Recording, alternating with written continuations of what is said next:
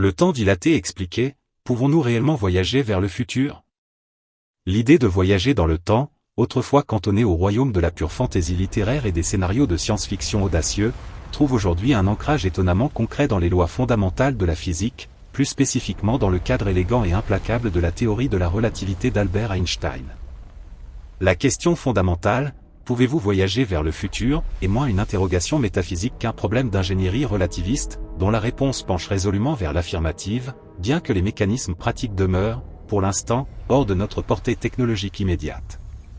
Pour comprendre ce phénomène, il est impératif de se plonger dans la nature même de l'espace-temps, cette toile quadridimensionnelle tissée de 3 dimensions spatiales et d'une dimension temporelle, une structure que le physicien Hermann Minkowski a formalisée en 1908, transformant la vision newtonienne d'un temps universel et absolu en une entité dynamique, relative et intrinsèquement liée à la géométrie de l'univers.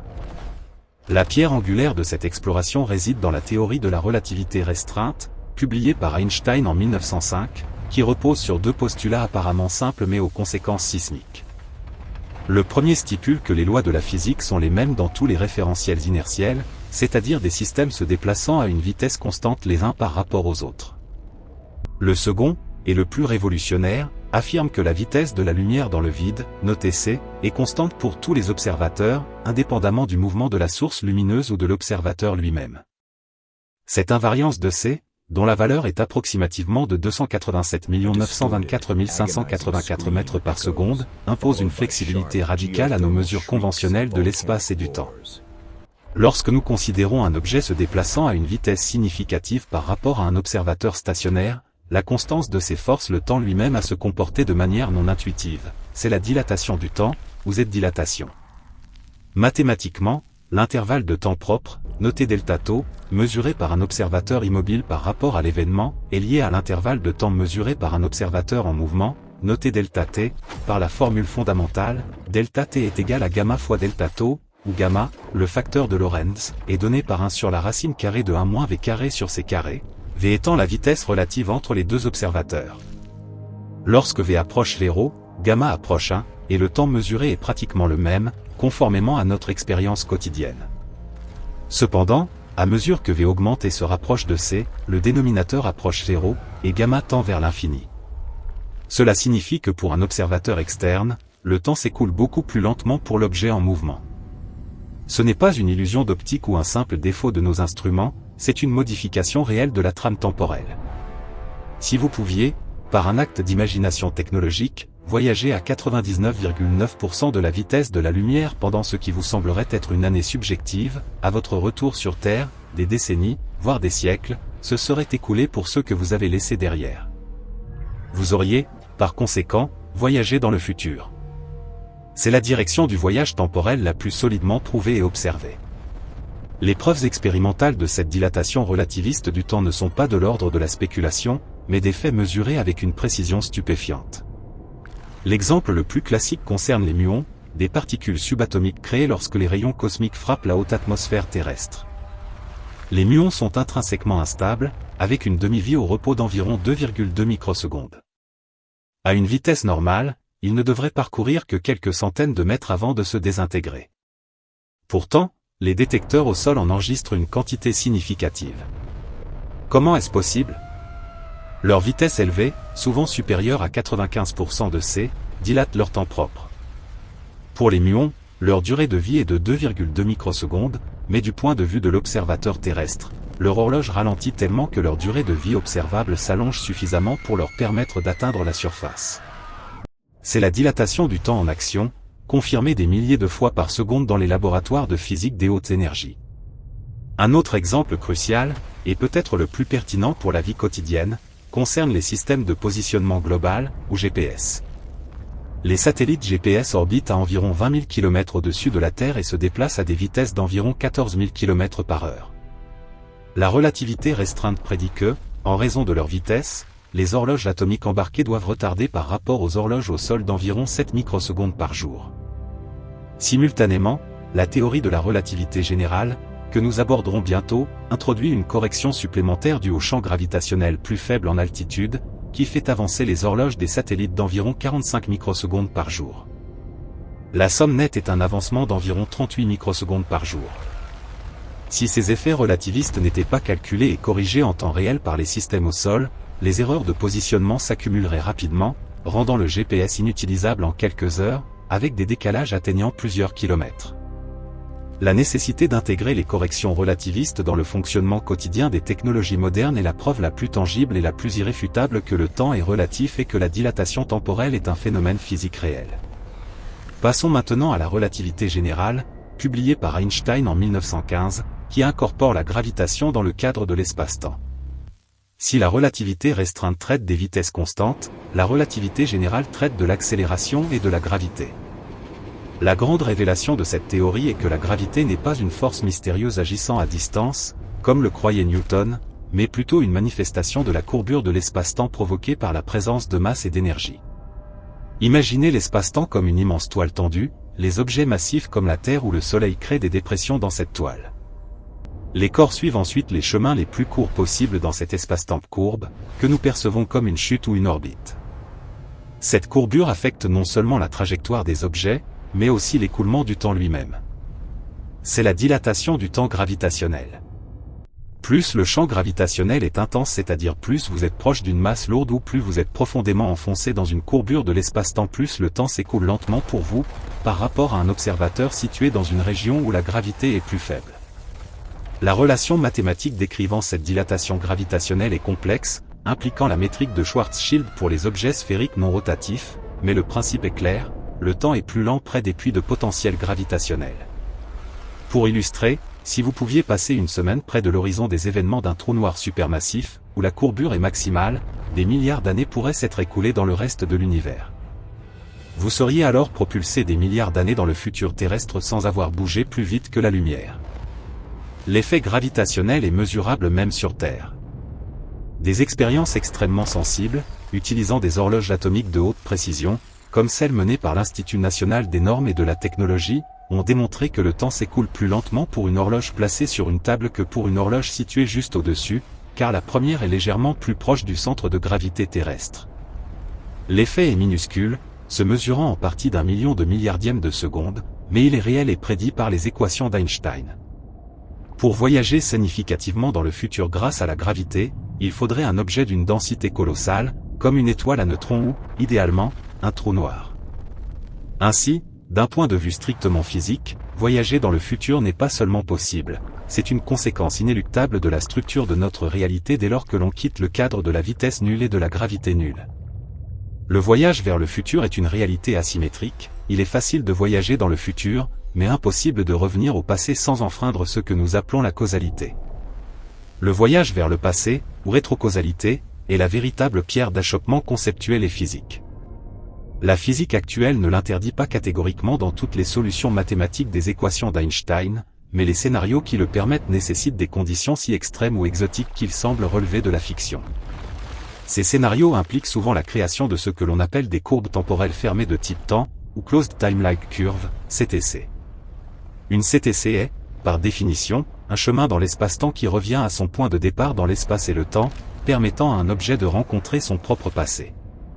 Comment pourrait-on créer une CTC? La théorie générale de la relativité offre quelques possibilités mathématiques. La première, et la plus célèbre, concerne les trous de verre, ou ponts d'Einstein-Rosen. Un trou de verre est une solution hypothétique aux équations d'Einstein qui agit comme un raccourci topologique à travers l'espace-temps, connectant deux régions distinctes de l'univers ou, potentiellement, deux époques différentes. Si l'on pouvait traverser un tel pont, la dilatation du temps pourrait transformer une entrée en une porte vers le passé. Imaginons deux trous de verre jumeaux, A et B.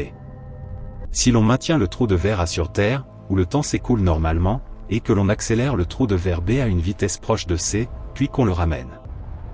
En raison de la dilatation du temps par la vitesse, le temps s'est écoulé beaucoup plus lentement pour B que pour A. Si l'on entre dans A et que l'on ressort par B, on émergera à un moment antérieur à celui où l'on est entré dans A. Cependant, créer et maintenir un trou de verre traversable pose des problèmes majeurs. Premièrement, les solutions originales de trous de verre s'effondrent presque instantanément, souvent plus vite que la lumière ne pourrait les traverser. Pour maintenir une gorge ouverte et stable, la physique théorique suggère que l'on aurait besoin d'une forme de matière exotique possédant une densité d'énergie négative, ou une pression négative supérieure à sa densité d'énergie. Cette matière exotique, si elle existe, violerait les conditions d'énergie dites « faibles », moyennes, qui régissent la matière ordinaire. Bien que des effets quantiques, tels que l'effet Casimir, démontrent l'existence locale de densités d'énergie négatives, il n'existe aucune preuve qu'une quantité suffisante et stable de cette matière puisse être rassemblée pour maintenir ouvert un trou de verre de taille macroscopique. Une autre construction théorique permettant les CTC implique l'utilisation d'objets célestes extrêmement massifs et en rotation rapide. Le physicien Frank Tipley a exploré l'idée d'un cylindre infiniment long et incroyablement dense, tournant autour de son axe à une vitesse relativiste. La rotation entraînerait l'espace-temps autour de lui dans un effet appelé traînée des référentiels, ou frame dragging, prédit par la relativité générale. Si l'on navigue prudemment autour de ce cylindre selon une trajectoire hélicoïdale spécifique, on pourrait théoriquement suivre une CTC et revenir à son propre passé. Bien sûr, la nécessité d'un cylindre infiniment long et la densité requise rendent cette solution physiquement irréalisable dans un univers fini. Même si l'on parvenait à contourner ces obstacles matériels, le voyage vers le passé se heurte au problème redoutable de la cohérence causale, mieux connu sous le nom de paradoxe du grand-père. Si un voyageur temporel retourne dans le passé et empêche la naissance de son propre grand-père, comment le voyageur pourrait-il exister pour effectuer ce voyage en premier lieu? Face à ce paradoxe, plusieurs solutions théoriques ont été proposées, qui tentent de préserver à la fois la relativité générale et la causalité. La première est l'hypothèse de l'autocohérence de Novikov, formulée par le physicien russe Igor Novikov. Cette hypothèse postule que si les lois de la physique permettent des voyages dans le temps menant à des paradoxes, alors quelque chose dans l'univers doit empêcher que le paradoxe ne se réalise. Autrement dit, les événements passés sont immuables. Si vous retourniez dans le passé pour tuer votre grand-père, quelque chose, une série d'événements improbables mais permis par les lois physiques locales, vous en empêcherait, votre arme s'enrayerait, vous glisseriez, ou vous réaliseriez qu'en réalité, la personne que vous avez tuée n'était pas votre grand-père biologique. Dans cette vision déterministe, l'histoire est déjà écrite, et tout voyage temporel ne fait que réaliser l'histoire telle qu'elle s'est déroulée. Le voyage vers le passé est possible, mais il est intrinsèquement non paradoxal. Une autre solution, popularisée dans la fiction mais soutenue par certaines interprétations de la mécanique quantique, est celle des univers multiples ou des mondes parallèles, souvent associés à l'interprétation des mondes multiples d'Everett. Selon cette idée, lorsqu'un voyageur temporel modifie le passé, il ne modifie pas sa propre ligne temporelle d'origine, mais il branche l'univers en une nouvelle réalité parallèle. En tuant son grand-père, il crée une nouvelle branche de l'existence où il n'est jamais né, mais il continue d'exister dans la branche d'où il est parti, où il est désormais une entité sans passé dans la nouvelle branche. Cette approche résout élégamment le paradoxe en évitant la contradiction logique, mais elle exige l'existence d'un multivers infini où chaque possibilité quantique se réalise. Enfin, il y a l'argument de la censure chronologique cosmique, proposé par Stephen Hawking. Hawking suggérait que les lois de la physique, peut-être encore inconnues ou non encore entièrement formulées dans une théorie quantique de la gravité, conspirent pour empêcher la formation des CTC à l'échelle macroscopique. Il postulait que dès qu'une configuration d'espace-temps tente de créer une machine à voyager dans le temps, des fluctuations quantiques d'énergie, s'amplifiant de manière exponentielle le long de la boucle temporelle naissante, générerait une singularité ou un effondrement qui détruirait la machine avant qu'elle ne puisse fonctionner. La nature protégerait ainsi la causalité en supprimant toute possibilité d'interférence avec le passé. Bien que Hawking ait présenté cela comme une conjecture humoristique pour les scientifiques cherchant des machines à voyager dans le temps, elle repose sur l'idée que la physique macroscopique est fondamentalement plus stable que ce que permettent certaines solutions des équations classiques d'Einstein. Revenons au voyage vers le futur, qui est le domaine où la physique est la plus affirmative. Au-delà de la vitesse et de la gravité, une autre voie théorique existe, bien que peut-être plus proche du concept de l'immortalité que du voyage temporel au sens strict, la manipulation de la durée de vie biologique elle-même. La relativité restreinte ne dicte pas seulement que le temps s'écoule plus lentement pour un objet en mouvement, elle signifie aussi que les processus biologiques à l'intérieur de cet objet ralentissent proportionnellement. Les astronautes qui ont passé du temps en orbite basse, comme ceux de la Station spatiale internationale, ISS, sont des voyageurs temporels miniatures. L'ISS se déplace à environ 7,6 km par seconde. L'effet de dilatation du temps dû à la vitesse les fait vieillir légèrement moins vite que les terriens. Inversement, le champ gravitationnel légèrement plus faible à leur altitude les fait vieillir un peu plus vite. La vitesse domine légèrement la gravité dans ce cas, mais les deux effets doivent être pris en compte. Un astronaute ayant passé 6 mois sur l'ISS reviendra sur Terre ayant vieilli, en réalité, de quelques millisecondes de moins que son jumeau resté au sol. Ce n'est pas un saut spectaculaire, mais c'est une preuve continue de la validité des principes d'Einstein à l'échelle humaine. Pour maximiser ce saut futuriste, il faudrait se rapprocher de la limite de vitesse c. Le projet conceptuel du « voyage interstellaire par dilatation » est souvent évoqué. Si une civilisation possédait une source d'énergie illimitée lui permettant de construire un vaisseau capable d'atteindre, disons, 99,999% de c, un voyage de quelques années subjectives suffirait pour atteindre des étoiles situées à des centaines d'années-lumière, selon le temps terrestre. En revenant, les voyageurs se retrouveraient des milliers d'années dans le futur de leur planète d'origine. Cependant, le défi énergétique est colossal. Pour accélérer une masse non nulle jusqu'à une fraction significative de c, l'énergie requise s'approche de l'infini selon la formule de l'énergie cinétique relativiste, E sub k est égal à gamma-1 fois mc², où m est la masse au repos. Pour atteindre c, l'énergie nécessaire serait infinie, ce qui explique pourquoi la vitesse c est une limite infranchissable pour toute matière ayant une masse au repos non nulle. Il est essentiel de différencier les voyages temporels permis par la relativité d'autres concepts plus spéculatifs basés sur des théories non encore vérifiées. Par exemple, les concepts de distorsion de l'espace-temps, comme la métrique d'Alcubierre, souvent discutés dans le contexte de la propulsion supraluminique, voyage plus rapide que la lumière, sont mathématiquement liés à la relativité générale. Le moteur d'Alcubierre propose de contracter l'espace-temps devant le vaisseau et de l'étendre derrière, créant une bulle de distorsion dans laquelle le vaisseau reste au repos dans son espace local, évitant ainsi la limite de c, tout en se déplaçant effectivement plus vite que la lumière par rapport à un point extérieur. Si un tel moteur fonctionnait, il pourrait potentiellement être utilisé pour créer des CTC, ouvrant la porte au voyage vers le passé, mais il partage les mêmes exigences théoriques, la matière exotique à énergie négative. Jusqu'à présent, l'idée d'un moteur de distorsion reste une solution purement mathématique sans confirmation expérimentale de la matière nécessaire. En revenant à la dilatation temporelle gravitationnelle, l'exploration des trous noirs reste notre meilleure opportunité naturelle pour des sauts massifs vers le futur. Les trous noirs sont des régions de l'espace-temps où la gravité est si intense que même la lumière ne peut s'échapper une fois franchi l'horizon des événements. Près de cet horizon, la courbure de l'espace-temps est si extrême que la dilatation temporelle gravitationnelle approche l'infini. Les astrophysiciens ont modélisé des scénarios où un vaisseau spatial pourrait orbiter très près, mais juste à l'extérieur, de l'horizon des événements d'un trou noir supermassif, comme Sagittarius à étoile au centre de notre galaxie. En maintenant une orbite stable, le temps subjectif du pilote pourrait s'écouler beaucoup plus lentement que celui de la Terre. Pendant que le pilote compterait quelques mois, des millions d'années pourraient s'être écoulées sur Terre, le propulsant ainsi dans un futur lointain. Le défi ici n'est pas tant l'énergie que la précision de navigation et la gestion des forces de marée gravitationnelles, qui pourraient disloquer le vaisseau avant même d'atteindre l'orbite idéale. Il est crucial de noter que toutes les méthodes de voyage vers le futur basées sur la relativité sont unidirectionnelles. Le voyageur ne peut pas choisir une date spécifique dans le futur et y atterrir exactement. Le saut temporel est une conséquence du temps relatif écoulé pendant la période de mouvement rapide ou de forte gravité. Si vous partez pendant 10 ans subjectifs et que vous revenez, vous arrivez au temps futur correspondant à la durée totale de votre voyage dans le référentiel terrestre. Il n'y a pas de « bouton de retour » vers votre propre époque. L'impact philosophique et sociologique d'une telle perspective est profond. Si le voyage vers le futur devient trivialement accessible, par exemple, en atteignant une vitesse proche de c, cela pourrait mener à une fracture existentielle majeure. Les individus pourraient choisir de sauter des périodes difficiles, des guerres ou des crises économiques, pour atterrir dans un avenir qu'ils perçoivent comme meilleur. Cependant, cela impliquerait l'abandon total de leur propre génération, de leurs liens sociaux et culturels actuels.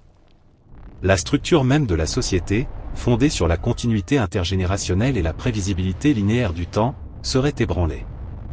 D'un point de vue épistémologique, notre compréhension du temps est toujours en évolution, notamment avec l'intégration émergente de la mécanique quantique à la relativité générale, le saint graal de la physique moderne, la théorie de la gravité quantique.